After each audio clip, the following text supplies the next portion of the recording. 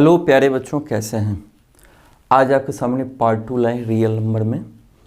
इसमें prime factorisation method सीखेंगे and fundamental theorem of arithmetic सीखेंगे। बहुत इंटरेस्टिंग है, बने रहिए। देखते हैं, जो सपने देखते हैं उन्हें पूरा करने की कीमत चुकाने को तैयार रहते हैं, खुश रहते हैं। प्यारे बच्चों, सपना भी देखना चाहिए, उसे पूरा करने के लिए कीमत भी चुकाना चाहिए, तभी हमारे सपने पूरे होंगे। आइए देखते हैं। A fundamental theorem of arithmetic क्या है? Every composite number. तो कोई बता सकते हैं आप लोग कि कंपोजिट नंबर क्या होता है? कंपोजिट नंबर किसे कहते हैं? देखिए, जैसे 10 है, 10 डिविजिबल है, माने 1 और 10 को छोड़ के, क्योंकि 1 से और अपने आप से सभी नंबर डिविजिबल होता है। आप 17 ले लो, इसमें भी 1 से और 17 से डिविजिबल होगा। तो 1 और 17 को छोड़ के 10 में 2 से लगेगा, 5 से लगेगा, तो इसे हम कंपोजिट नंबर बोलते हैं। अगर मान लीजिए कहीं 17 लिखा हो तो 17 में तो 1 और 17 छोड़ के किसी से नहीं लगेगा, तो ये प्राइम नंबर हो जाएगा। इसको हम बोलेंगे prime number. Number which is not divisible by 1 and itself, other than 1 and itself, तो that is called the prime number। But एक और अपने को छोड़ के अगर किसी से भाग ना लगे तो प्राइम नंबर होगा, लेकिन उसको भी छोड़ के किसी से लगे तो वो कंपोजिट होगा। अर्थात इसको हम अगर फैक्टराइज करें 2 × 5, तो फैक्टराइजेशन देखिए 2 नंबर का हो गया, लेकिन 17 में तो केवल इसका अपना और 1 होगा। तो वही कह रहा है कि कंपोजिट नंबर का मतलब ये समझो जिसमें भाग लग जाए किसी नंबर से, 1 और अपना छोड़ के, क्योंकि 1 और अपना तो से सब में लग जाता है। Can be expressed factorise as product of primes. जो कंपोजिट नंबर होता है उसको जब हम फैक्टराइज करते हैं तो प्रोडक्ट ऑफ प्राइम नंबर में फैक्टराइज हो जाता है। जैसे 10 है, इसको हम फैक्टराइज करेंगे तो 10 = 2 × 5। यहाँ 2 भी प्राइम नंबर है, 5 भी प्राइम है। यानी किसी कंपोजिट नंबर को हम फैक्टराइज करके प्राइम नंबर में फैक्टराइज कर सकते हैं। And this factorisation is unique. वो फैक्टराइजेशन जो होगा यूनिक होगा, उसके बाद फैक्टराइज नहीं होगा। जैसे 5 को हम आगे क्या फैक्टराइज करेंगे? Apart from the order in which the prime factors occurs. तो मतलब जैसे हम किसी भी कंपोजिट को प्राइम फैक्टराइजेशन कर सकते हैं। इसको हम आगे कुछ एग्जाम्पल से देखते हैं। देखिए, प्राइम फैक्टराइजेशन एक आध समझिए कैसे होता है। चाहे इसी एग्जाम्पल में फाइंड द एलसीएम कह रहा है 6 और 20 का निकालने के लिए। तो 6, 20 आराम से हम लोग इस विधि से निकाल देते हैं। 6 ऐसे 6 लिखते हैं, 20 2 3 जा 2 10 जा, सबको मल्टीप्लाई कर देते हैं तो 60। लेकिन प्राइम फैक्टराइजेशन मेथड से कैसे निकालेंगे? तो 6 को हम प्राइम फैक्टराइज जब करेंगे, 6 को प्राइम फैक्टराइज कैसे करेंगे? 2 से डिवाइड करेंगे 3। और 6 को अगर हम प्राइम फैक्टराइजेशन करें तो 2 × 3 आ जाएगा। उसी तरह 20 को प्राइम फैक्टराइज अगर करते हैं तो 20 को अगर हम करते हैं तो 20 को करते हैं तो 20 को करके देखिए 2 10 जा 2 5 जा, तो 20 को प्राइम फैक्टराइज करेंगे तो 2 × 2 × 5, तो 2 × 2 × 5। इसका रूल क्या है? जो दोनों में कॉमन है उसमें से एक लेते हैं। 2 दोनों में कॉमन है तो एक ले लिया हमने, और जो बचा रहा, जैसे 3 बचा रहा, ये 2 बचा रहा, जो दोनों में कॉमन नहीं है, वो सारे आ जाएंगे, और जो कॉमन है उसमें से एक ले लेंगे। तो 2 3 तो एलसीएम हो गया 2 3 जा 6, 2 जा 12 और 5 60। इस तरह प्यारे बच्चों हम प्राइम फैक्टराइजेशन मेथड से एलसीएम निकाल सकते हैं। ऑलरेडी आप लोग पढ़े होंगे, लेकिन इसमें दिया है for any 2 positive integers A and B HCF × LCM = दोनों नंबर। क्या मतलब निकल रहा है? सपोज कीजिए आप 10 लीजिए और 20 ले लीजिए, ठीक है। दोनों का LCM कितना हो जाएगा? 10 और 20 का LCM 60 होगा। ठीक है, निकाल लीजिए 10 20 का, तो 2 5 जा और 2 10 जा, 5 से करेंगे 5 1 जा 5 2 जा, तो 2 5 जा 10 2 जा 20। सॉरी, एलसीएम 60 कैसे होगा?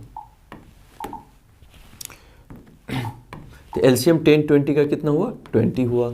और एचसीएफ निकालेंगे दोनों का तो 5 होगा, यही ना। अब देखिए LCM into HCF is equal to 1 number into other number. ये ऐसा हो रहा है कि नहीं? एलसीएम डालिए 20, एचसीएफ 5 और 1 नंबर कितना है 10, सेकेंड नंबर कितना है 20, तो 25 जा, कुछ गड़बड़ हो गया। 10 20 का एलसीएम 20 हुआ और सॉरी एचसीएफ यहाँ 10 होगा।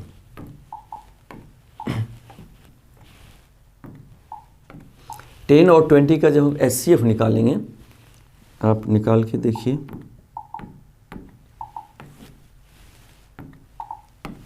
टेन 20 का एचसीएफ निकालेंगे, 10 2 जा 20 10 होगा।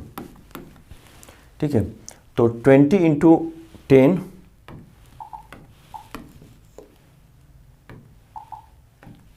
एलसीएम कितना है 20 और एचसीएफ कितना है 10 और एक नंबर कितना है 10 और दूसरा नंबर कितना है 20, तो दोनों को मल्टीप्लाई किए तो इधर भी 200 इधर भी 200। मतलब क्या निकल रहा है कि दो नंबर का अगर एलसीएम एचसीएफ दोनों निकालें और एलसीएम एचसीएफ को मल्टीप्लाई करें तो वो इक्वल होगा दोनों नंबर को जब आपस में मल्टीप्लाई करेंगे। किसी क्वेश्चन में आपको एलसीएम दिया है, एचसीएफ दिया है, 1 नंबर दिया है, तो दूसरा हम आराम से निकाल देंगे क्योंकि इसमें दोनों नंबर में इससे डिवाइड कर देंगे तो दूसरा निकल जाएगा। या 2 नंबर दिया है, एचसीएफ दिया है, एलसीएम पूछ रहा है, तो इस 2 नंबर में एचसीएफ को उधर ले जाएंगे, डिवाइड कर देंगे तो एलसीएम निकल जाएगा। तो इस फॉर्मूला से आप निकाल सकते हो। तो express as a product of prime factors 156 को प्राइम फैक्टराइज करना है, तो कैसे करेंगे? 2 7 जा 14, 2 8 जा, 2 39 जा, 2 19 जा, नहीं अब 2 से नहीं लगेगा 3 से लगेगा, 3 13 जा, तो 156 इज इक्वल टू, अब 13 में तो लगेगा नहीं, डिवाइड होगा नहीं, तो 2 इंटू 2 इंटू 3 इंटू 13। ठीक है, इस तरह हम प्राइम फैक्टराइज इसको करते हैं। देखिए प्राइम फैक्टराइजेशन अलग चीज़ है, फैक्टराइज करना अलग चीज़ है। जैसे मान लीजिए सीधे अगर बोलता है कि 156 को फैक्टराइज करना है, ठीक है, तो हम इसको क्या करते हैं 78 इंटू 2 भी कर सकते हैं। लेकिन प्राइम फैक्टराइजेशन मतलब ऐसा फैक्टराइज करें जो जिसके आगे फिर फैक्टराइज ना हो। Find the LCM of 336 and 54 by prime factorisation method. तो 336 को पहले हम प्राइम फैक्टराइज कर दें, 2 1 जा 2, 1 बचेगा, 2 6 जा, 2 8 जा, 2 8 जा, 2 4 जा, 2 4 जा, 2 2 जा, 2 2 जा, 2 1 जा, 3 7 जा। इसका 336 का प्राइम फैक्टराइजेशन कितना हो गया 2 into 2 into 2 into 2 into 3 into 7 आ गया। फिर 54 का करेंगे, तो 54 का कीजिए, तो 2 27 जा, फिर 3 9 जा, 3 3 जा, तो 54 का हो गया 2 इंटू 3 इंटू 3 इंटू 3। देखिए कॉमन कौन कौन सा हो रहा है, एक तो ये 2 हो गया, ठीक है, फिर ये 3 इस 3 से हो गया कॉमन, और अब तो इसमें 3 है नहीं तो ये 3 कॉमन होगा नहीं, बस तो ये कॉमन हुआ भाई, 3 3 बचा, इसमें है ही नहीं कॉमन में, तो एलसीएम निकलेगा जो कॉमन हुआ उसका एक, मानी ये 2 ले लेंगे, 3 में से एक ले लेंगे 3, और जो कॉमन नहीं है वो सब ले लेंगे, तो 2 into 2 into 2 into 7, 2 into 2 into 2 into 7, 3 3 भी है, इंटू 3 इंटू 3, अब सबको मल्टीप्लाई करेंगे हम, तो 2 3 जा 6, 2 जा 12, 2 जा 24, 2 जा 48, यहाँ तक आया 48, और 3 3 जा 9, 7 जा 63। अब 48 को हम 63 से मल्टीप्लाई करेंगे,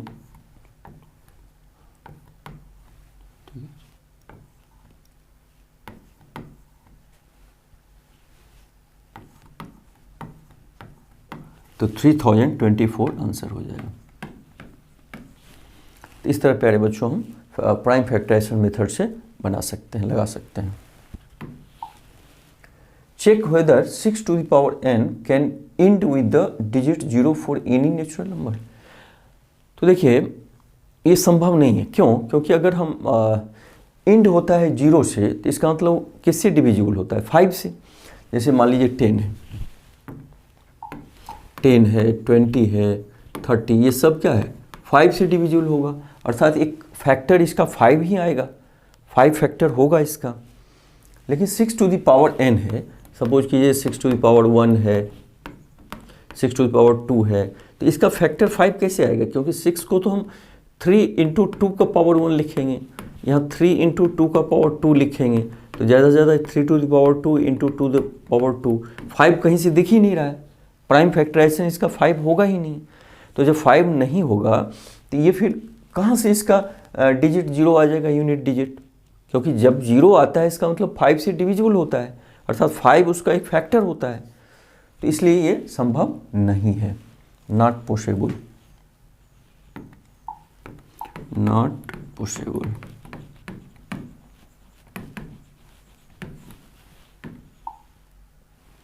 अब कह रहे हैं explain why 7 into 11 into 13 plus 13 and 7 into 6 plus into 5 into 4 into 3 into 2 plus 5 are composite number.